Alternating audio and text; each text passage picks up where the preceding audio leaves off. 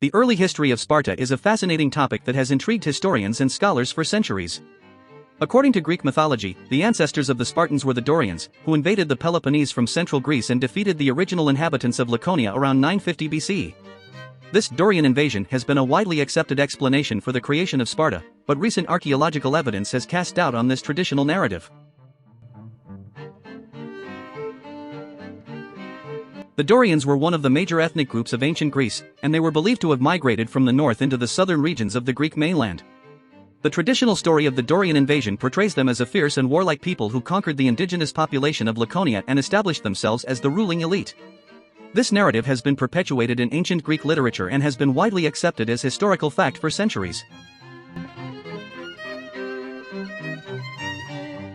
However, modern archaeological findings have challenged the traditional account of the Dorian invasion.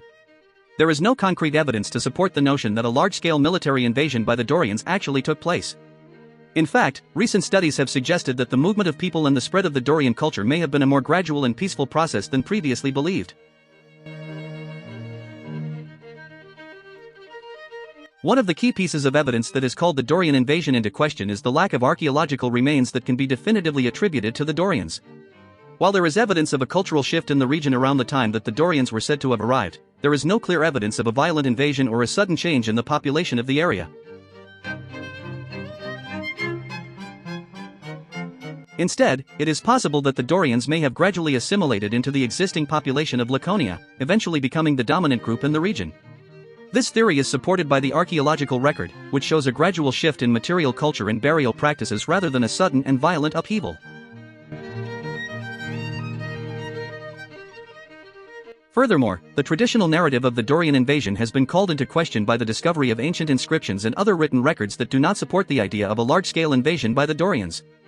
These sources suggest that the Dorians may have been one of several groups that inhabited the region at the time, rather than the sole conquerors of Laconia.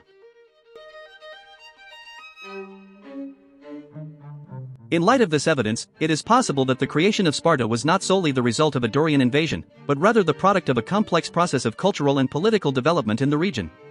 The early history of Sparta is a topic that continues to be debated and re-evaluated by historians and archaeologists, and it is clear that the traditional narrative of the Dorian invasion may need to be revised in light of new evidence.